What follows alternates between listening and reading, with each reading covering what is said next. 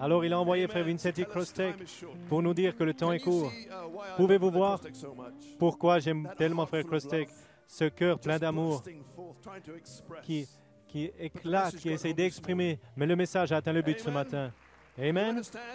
Vous comprenez que le Saint-Esprit nous amène à la maison, nous partons et ça pourrait être la dernière année. Peut-être qu'il n'y a plus que 6 mois pour construire le temple. Le Saint-Esprit s'écrie. Nous partons bientôt. Amen. Les cieux le déclarent. Tout le cri, le terme est court, fusionne avec il n'y a plus de temps.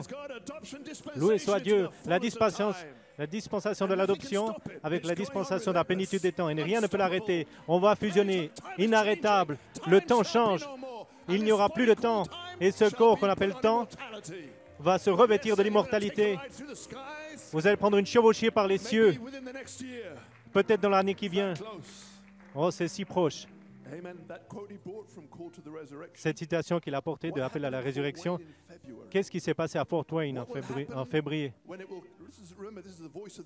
Souvenez-vous, c'est la voix de l'archange qui parle. Au travers de l'apôtre, l'esprit de prophétie. C'est une prophétie qui repose dans le message que le Saint-Esprit nous ramène ce matin.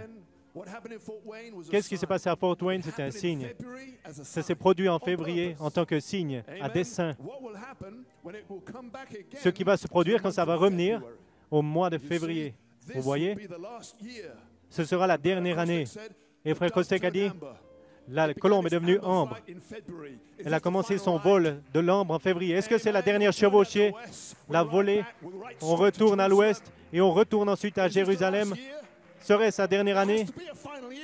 Il doit y avoir une dernière année. Est-ce que c'est celle-là, messieurs? Est-ce la dernière année? Entrez à la maison avec cette pensée dans vos cœurs. Est-ce que c'est la dernière année?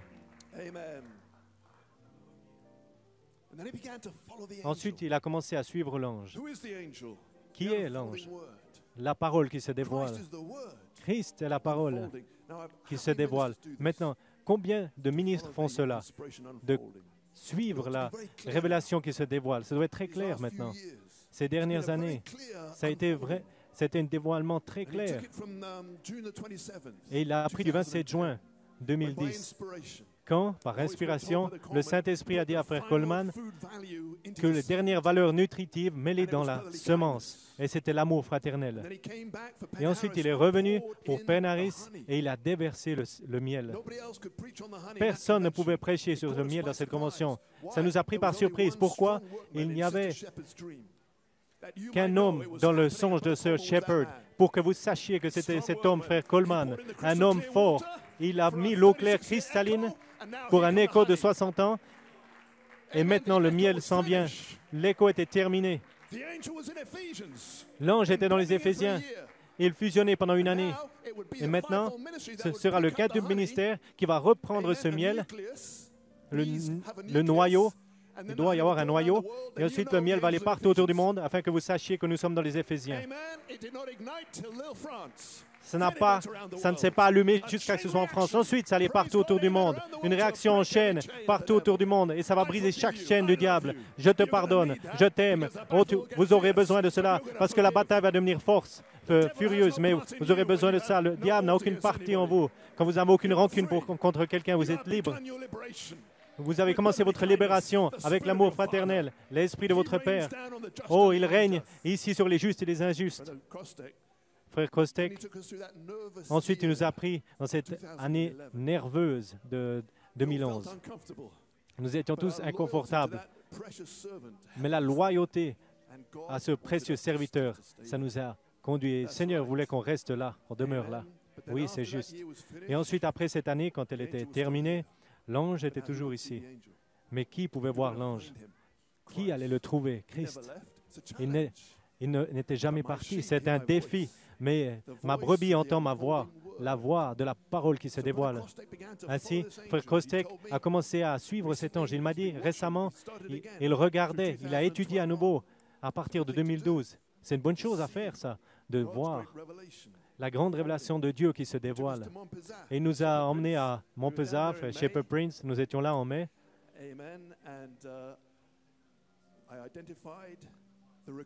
Et j'ai identifié les conditions requises pour la page 304. Nous étions sur le point de nous élever. Vous pourrez regarder et voir l'inspiration.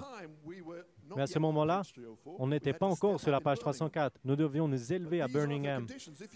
Mais ceci sont les conditions requises. Si vous voulez faire partie de ce groupe, ces conditions doivent être accomplies. Vous voyez? Ainsi, ça a commencé à se dévoiler. Et ensuite, en Pennsylvanie, frère Sam et sœur Faith, à leur mariage, le mercredi soir, regardez la grande révélation de Dieu qui se dévoile. C'était sur le point de commencer. Ça se dévoile sur la page 304. À qui? Au vainqueur. À qui? L'épouse, son épouse. C'est pour elle seulement. Pas étonnant qu'il y a eu un écartement. Dieu connaissait les cœurs. Ils ont été marqués, et vous aussi. Vous les avez séparés pour la page 304. Ensuite, Birmingham. Frère Kostek a atteint Birmingham, il en a parlé. On a commencé à devenir un peu nerveuse. Mais ça a passé très bien. Tu aurais pu continuer. Il avait souci que ça se passe pas bien. Oui, monsieur. Mais à Birmingham, le 7 août, la manifestation de Jésus-Christ sur la page 304 qui parle dans son nouveau nom, dans son nom nouveau. Et cela a ouvert la convention et la page 304. Et en même temps, quelqu'un allait sur Mars, les astronautes, le même jour, qui allait sur la montagne Sharp. Quel voyage! Oh, ça a atteint cela. Et alors que le nouveau nom commençait à se dévoiler, Frère Branham a promis que ce sera révélé dans les tonnerres. Et là, voilà, qui se dévoilait. Et ensuite, les critiques vont venir, vont attaquer le nouveau nom. Mais juste à ce moment-là, dans la confusion, les attaques, Frère Kostek m'a envoyé une magnifique citation de la série d'Elohim, que dans le Jardin d'Éden, le serpent ne pouvait pas dire Jéhovah. Il ne pouvait pas dire nom nouveau. Et ensuite, on a compris pourquoi il luttait tellement dans cette heure. Il ne pouvait pas dire le nom nouveau. Oui, monsieur, mais l'épouse, oh là là, pas seulement est-ce qu'elle a un nom nouveau, mais ensuite, vous avez commencé à comprendre que vous avez un nom nouveau. Je pense que c'était le 30 septembre, à Hincroft Chapel, quand on a commencé à prêcher, ça va vous changer à la gloire de l'écho, quelque chose comme ça, vers la gloire de la page 304. J'ai dit à Frère Chapman, ça, ce n'est pas ton nom. Tu as un autre nom. Oh, le feu est tombé là. Le mystère commence à se dévoiler de qui vous êtes. Oui, monsieur. Amen. Et ensuite, ça s'est dévoilé, c'était le moment de la note clé. Et Frère Branham nous avait déjà dit où serait la note clé en Inde. Mais quel meilleur endroit que Punjab, le pays des 5 rivières, des 5 fleuves, et où ils atteindraient le rêve, le songe de Sir Shepherd. Elle n'était pas sûre dans son songe, mais la question, est-ce que j'ai le Saint-Esprit? Est-ce que j'ai la nouvelle naissance? Et nouvelle naissance, ça commençait à se dévoiler, était sur le point de se dévoiler. 5 fleuves, et c'était le pays du turban. Les Indiens à Punjab, c'est là où ils portent le turban. Et le seul moment où Dieu avait un turban, c'était la vision de la tente.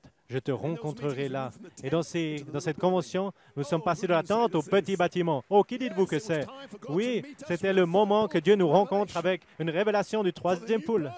Pour la nouvelle naissance dans l'âge de l'épouse. Sir Shepherd, tu recevras le Saint-Esprit.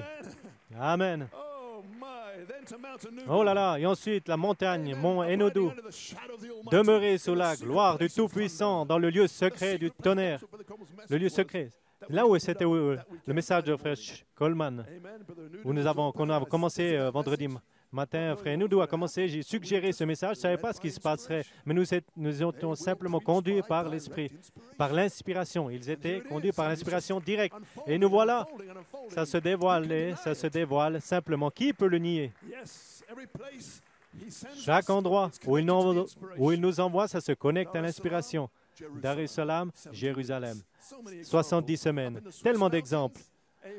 À la montagne, en Suisse, le temple a été agrandi, l'église a été agrandie. On trouve le mystère du temple d'Ézéchiel, comment il peut être construit. Tabernacle du 3e puits, 3e temple. Oh voilà, Dieu ici a fait de la place pour nous, il nous donne la paix. Un temps et un autre temps. Les endroits où il nous envoie, ça se connecte à l'inspiration, à la parole qui se dévoile. Seulement l'intelligence peut produire cela. Mont Enugu, vendredi saint, Père, glorifie ton nom. J'ai déjà glorifié son nom, Jésus. Mais je vais glorifier le nom du Père à nouveau, JVHU. Comment? Jésus produisant un message. Et il était glorifié en produisant le message du salut. JVHU a amené un message aussi.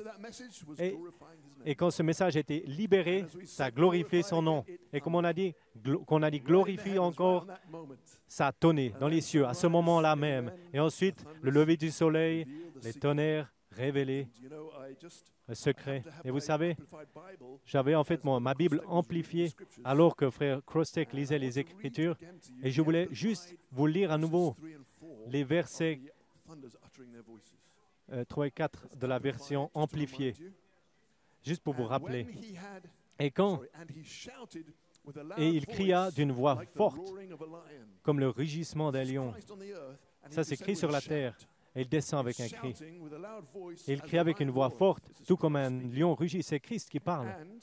Et quand il cria son message, les 7 tonnerres donnèrent de la voix et firent entendre leur message avec des mots distincts. 4 mots distincts, ou 5. Je suis le Saint-Esprit. Qu'est-ce qui est plus distinct que cela? Qu'est-ce qui peut être plus clair que cela? Des mots distincts. Un message de grâce et de délivrance. Je suis le Saint-Esprit. Ça a tonné dans vos cœurs. C'est un message. C'est ce que le roi a crié. Tu es mon épouse, le Saint-Esprit. Oui, monsieur. Et les tonnerres vous ont apporté le message à vous et à moi après le cri. Amen, c'est tout dans la Bible. C'était là tout le temps. Amen.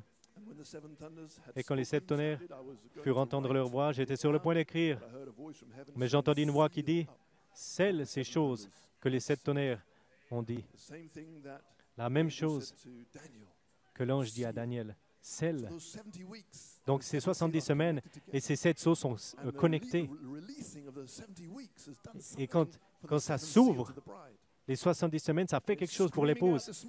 Et elle s'écrit ce matin, et le temps est court. Et c'est notre message. Et le message a atteint le but. Et hier soir, c'était une lune rouge, une des plus longues dans le centenaire. Il y a eu 2 ans, il y a eu 4 lunes.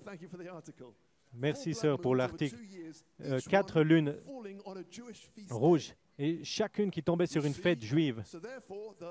Ainsi, le message retourne à Israël.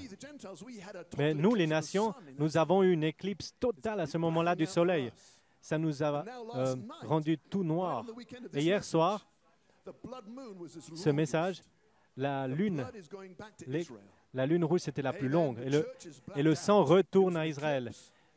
L'Église est assombrie. Ce n'est pas pour les nations. Donc ça s'écrit des cieux, ça s'écrit du pupitre, de la parole et de nos cœurs. Est-ce la dernière année? Et sommes-nous si loin? Frère Kostek, nous te saluons, mon précieux frère, pour être resté avec l'ange et pour faire l'écho de l'écho, et pour nous alerter ce matin de combien l'heure est tardive. Nous sommes tournés à un point tournant, et la plénitude des temps fusionne. Vous appréciez, frère Kostek? Dieu te bénisse. Sœur Kostek, Dieu te bénisse.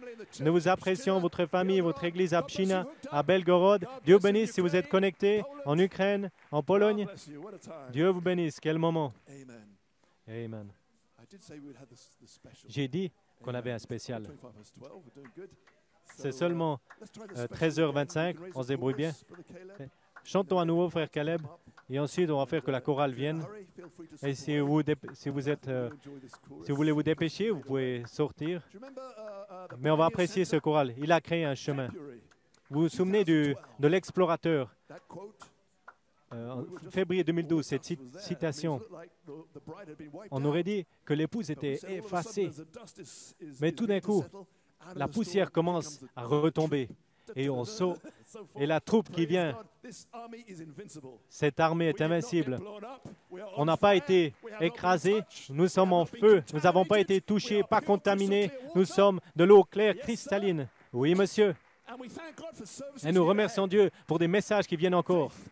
La foi. Et nous avons dit, Frère Branham dit, l'ange creuse le sillon et nous marchons derrière. Et voilà comment ça se passe.